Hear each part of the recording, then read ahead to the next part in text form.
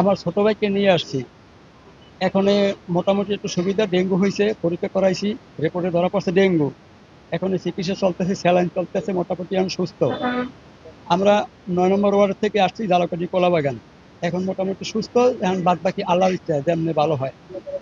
এলাকার অবস্থা ভালো না, একজন লোক কয়েকদিন আগে মারাও গেছে আমাদের পাশে। হ্যাঁ, আমরা খুব আতঙ্কের ভিতরে আছি। এখন একটু ভালো। আমার বাড়ি হলো দেউরি গ্রাম। আসছি 1 সপ্তাহ হয় জ্বর। তো এখন একটু সুস্থ আল্লাহর রহমতে। তো কালকে আসছি আবার, বাসায় গেছিলাম, বাসা আছে লঞ্চঘাট। তো বাসায় রয়েছি 2 দিন। তো ওখান থেকে আবার বেশি অসুস্থ হয়ে পড়ছি। বেশি অসুস্থ হয়ে পড়াতে আবার আসছি মেডিকেলে। এখন মেডিকেলে কালকে আসছি। আজকে ভালোই লাগতেছে আমার। তো আজকে জ্বর নেই, তো শরীর দুর্বল।